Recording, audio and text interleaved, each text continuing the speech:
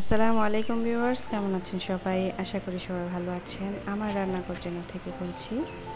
তো আজকে আপনাদের জন্য আবারও একটি নতুন ভিডিও নিয়ে আসলাম। দেখতেই পাচ্ছেন আমি এখানে ঝাল আমের আচার দিয়েছি, একদম সনাতন পদ্ধতিতে। মানে আমার দাদি নানিরা যেভাবে আমের আচার আগে দিত ঠিক সেইভাবেই দিয়েছি। তো আপনারা আমার এই ভিডিওটা টেনে দেখবেন না, সম্পূর্ণভাবে প্রথম থেকে শেষ পর্যন্ত দেখবেন, তাহলে বুঝতে পারবেন আমি কিভাবে এই আমের আচারটা বানিয়েছি। তো এই আমের আচারটা বানানোর জন্য আমি আমার গাছের আম নিয়েছি, একদম বড় সড়ো আম, ভিতরে বাড়াটাও শক্ত। তো এই 10 কেজি আম নিয়েছি আমি এখানে। আর এই আমগুলোকে আমি এখন ধুয়ে নেব, কারণ অনেক ময়লা, তারপর আমের উপরে অনেক কষ পড়ে থাকে। তো এগুলোকে আমি খুব ভালোভাবে এখন ধুয়ে নিচ্ছি। আপনারা যদি বাজার থেকে ক্রয় করে থাকেন তাহলে অবশ্যই এরকম বড়সড় আম কিনবেন, যেন ভিতরে একটু মাংস পোড়া থাকে। কারণ যখন আমরা আমগুলো আচার দিব তখন রোদে শুকাতে গেলে একটু শুকিয়ে যায়, সেজন্য একটু বেশি যেন আমের মাংস থাকে সেরকম আম নিতে হবে বেছে, আর ভালো আম নিতে হবে। তো যাই হোক, আমি এই আমগুলোকে সম্পূর্ণভাবে ভালোভাবে ধুয়ে নিয়েছি। ধুয়ে নেওয়ার পর আমি যেটা করব, একটা বড় চাদরের উপরে, ভালো একটা পরিষ্কার চাদরের উপরে এভাবে বিছিয়ে দেব, যেন আমের গায়ে লেগে থাকা পানিটা শুকিয়ে যায়। আর না হয় একটা বড় তোয়ালের উপরও এভাবে বিছিয়ে রাখতে পারেন। তো যাই হোক, আমি এখন আমগুলো গায়ে যে পানি ছিল সেগুলো শুকিয়ে গিয়েছে, আর আমি এক এক করে এখন কেটে নেব। এভাবে বটি দেওয়ার সাহায্যে কিংবা কোনো ছুরি বা চাকুর সাহায্যে আপনারা কেটে নিতে পারেন, এই যে এভাবে খোসাটা ছাড়িয়ে নিতে পারেন।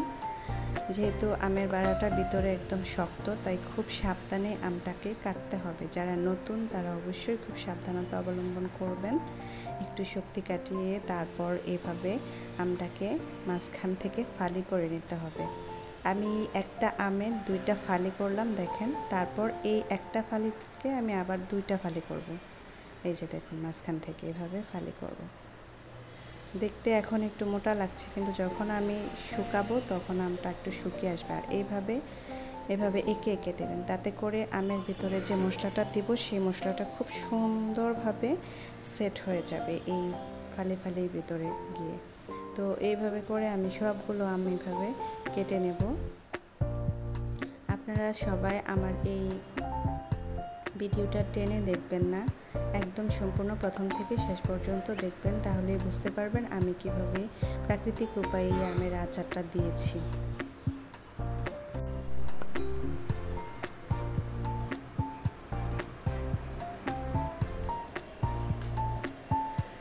তো দেখতে থাকুন, আমি এগুলোকে এখন কেটে নিচ্ছি।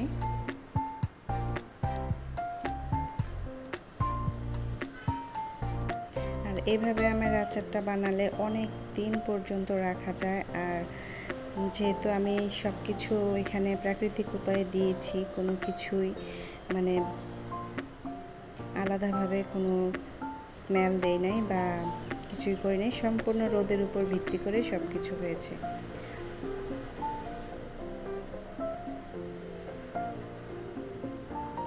আর আমটা যদি কখনো একটু হলুদ হলুদ ভাব থাকে, মানে পেকে যাবে সেরকম ভাব থাকে কিন্তু পাকে নাই, সেরকম হলেও কোনো সমস্যা নেই, আপনারা দিতে পারবেন। একদম পিওর কাঁচা আম দিতে হবে তেমন কোনো কথা না।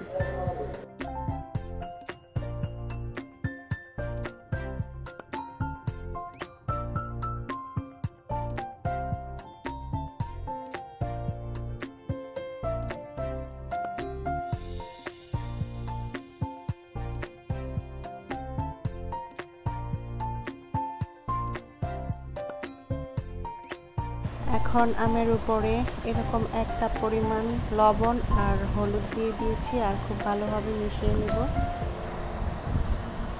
হলুদটা দেওয়ার কারণ হচ্ছে আমের আচারটা দেখতে কালারটা খুবই সুন্দর আসবে সেজন্য। তো যাই হোক, আমি ছাদে চলে আসলাম, আর এরকম একটা শীতল পাটিতে আমি আমগুলো দিয়ে ছড়িয়ে দেব খুবই কড়া রোদের মধ্যে।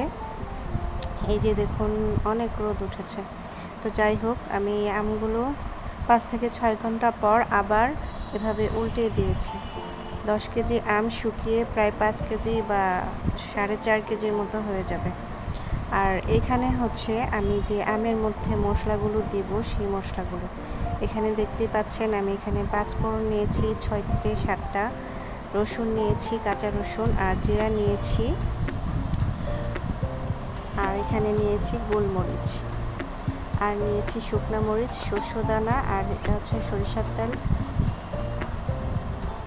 1 লিটারের উপরে 1.5 লিটারের মতো লাগবে এই সরিষার তেল। আর হচ্ছে আস্ত ধনিয়া, এগুলো হচ্ছে শস্য দানা আর এগুলো হচ্ছে আস্ত ধনিয়া। আর এগুলোকে আমি খুব ভালোভাবে ধুয়ে তারপর রোদে শুকাবো। আমার এই আচারটা বানাতে প্রায় 3 দিন সময় লেগেছে। ধাপে ধাপে এই আচারটা বানাতে হয়। তো যাই হোক, আমি এই সব উপকরণ 100 গ্রাম করে নিয়েছি। 10 কেজি আমের জন্য সমস্ত উপকরণ 100 গ্রাম করে নিয়ে নিতে হবে। তো আমি এগুলো ধুয়ে রোদে শুকিয়ে তারপর এভাবে ঢেলে নিচ্ছি। অবশ্যই অল্প আঁচে এইগুলো টালতে হবে। তো এখন ধনিয়াটাকেও টেলে নিচ্ছি, একদম লো হিটে টালতে হবে। আর 5 ফোড়নের প্যাকেট নিয়েছি 2 প্যাকেট, এগুলোকেও সুন্দর করে টালতে হবে যেন পুড়ে না যায়। অল্প লো হিটে টালতে হবে।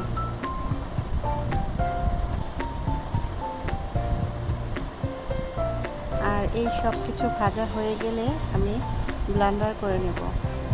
শুকনো মরিচটাকেও ঠিক এইভাবেই ভাজতে হবে যেন পুড়ে না যায়, মচমচে হয়।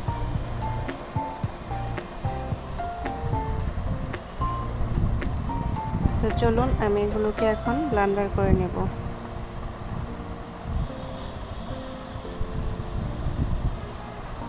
আমার ব্লেন্ডার করা হয়ে গিয়েছে। আর আমগুলোকে আমি নিয়ে এসেছি। এখন হচ্ছে সন্ধ্যা, আর এই আমগুলো এরকম শুকিয়েছে। এরকম এর চেয়ে বেশি শুকালে আমটা নরম হবে না, তার জন্য একটা রোদই যথেষ্ট। আর এখানে আমি 1/2 লিটার তেল এখন ইউজ করব।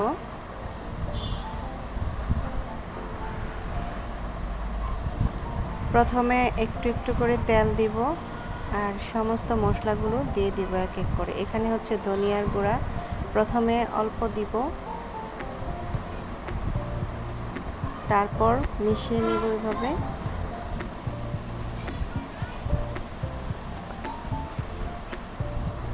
তারপর বাকিটুকু আবার দিয়ে দিব। আর এক এক করে এখন আমি সব মশলাই দিয়ে দিব। এগুলো হচ্ছে 5 ফোড়ন, 5 ফোড়নটাও সবগুলো দিয়ে দিলাম। আর হচ্ছে শস্য দানা, এভাবে আমি ব্লেন্ড করে নিয়েছি, গুঁড়া করে নিয়েছি, এগুলোও দিয়ে দিলাম। এগুলো হচ্ছে জিরার গুঁড়া, জিরার গুঁড়োটাও দিয়ে দিলাম।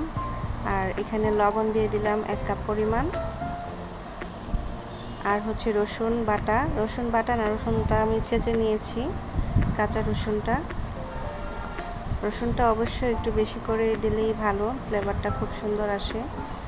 আর এগুলোকে আমি একদম সম্পূর্ণ হাত দিয়ে মেখে নেব। আর একটু একটু করে তেল দেব এভাবে।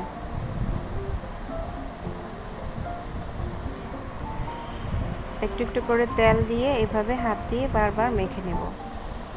খুব ভালোভাবে 5 থেকে 6 মিনিটের মতো হাত দিয়ে এভাবে মাখাতে হবে। মাখানোটার উপরেই নির্ভর করে আচারটা কতটা টেস্টফুল হবে। একটু সময় নিয়ে খুব সুন্দর করে মাখাতে হবে। তো যাই হোক, এবার সবশেষে দিয়ে দিব শুকনো মরিচের গুঁড়াটা। এটা আর ঝালটা অবশ্যই আপনাদের মতো করে দিবেন। হয়তো কেউ বেশি ঝাল খেতে পছন্দ করেন, কেউ কম, সে অনুযায়ী দিবেন। আর আমি আবারও একটু সরিষার তেল দিয়ে দিচ্ছি। আর এখন এটা শেষ হয়ে গিয়েছে। সম্পূর্ণ এইভাবে মাখিয়ে নিতে হবে। আর সবশেষে দিয়ে দিব দারুচিনি আস্ত। দেখুন রসুনগুলা এরকম হয়েছে। তো এখন আমি দারুচিনি দিয়ে দিব। আর একটা কাচের বয়ামের মাধ্যমে এগুলো সব কাচের বয়ামে নিয়ে নেব। যেহেতু আমটা শুকিয়ে গিয়েছে সেহেতু আমটা প্রায় 3 কেজির মতো হয়ে গিয়েছে। আর আমি এই বয়ামটাতে চেপে চেপে সবগুলো এভাবে ঢুকিয়ে নেব।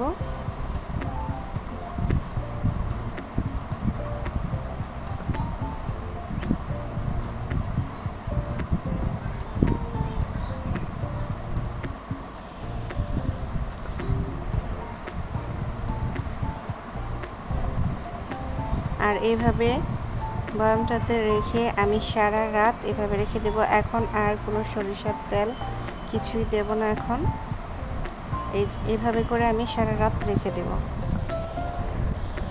তাতে করে যে সকল মশলার উপকরণগুলো দিয়েছি আচারের মধ্যে সেগুলো ভালোভাবে পারফেক্টভাবে আমের গায়ে গায়ে সেট হয়ে যাবে আর ফ্লেভারটাও খুব সুন্দর আসবে।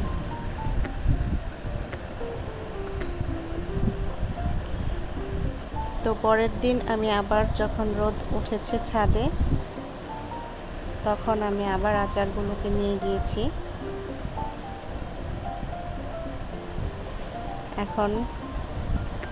এখন আমি এখানে সরিষার তেলটা অ্যাড করে দেব। সাথে সাথে তেল দিতে যাবেন না, আচার বানানোর সাথে সাথে তেল দিবেন না, তেলটা দিতে হবে একদিন পরে। তো যাই হোক আমি এখন তেলটা দিয়ে দিব।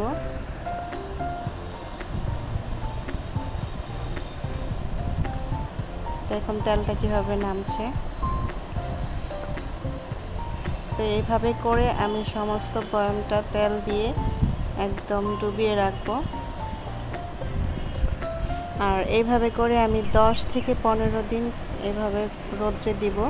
আর আস্তে আস্তে সমস্ত উপকরণ এই তেল গরম সাথে সাথে এগুলো সব মিলে যাবে আর ফ্লেভারটাও খুব সুন্দর আসবে আর আমগুলো খুব নরম হয়ে যাবে, খাওয়ার উপযুক্ত হয়ে যাবে 10 থেকে 15 দিনের মধ্যেই। তো হয়ে যাবে এইভাবেই আমার আমের আচার 10 থেকে 15 দিনের মধ্যেই আচারটা একদম কমপ্লিট হয়ে যাবে। তো আপনাদের কাছে কেমন লেগেছে আমার এই সনাতন পদ্ধতিতে আমের আচারটা কমেন্টের মাধ্যমে জানিয়ে দিবেন। আর এখনও যারা সাবস্ক্রাইব করেন নাই তারা সাবস্ক্রাইব করে দেবেন। আর সবার কাছে অনুরোধ রইল একটি লাইক দেওয়ার জন্য। আর কোনো ভুল ত্রুটি হলে কমেন্টের মাধ্যমে জানিয়ে দিবেন। আজকে এই পর্যন্তই। সবাই ভালো থাকবেন, সুস্থ থাকবেন। আবারও নতুন ভিডিও নিয়ে আসবো ইনশাল্লাহ। আল্লাহ হাফেজ।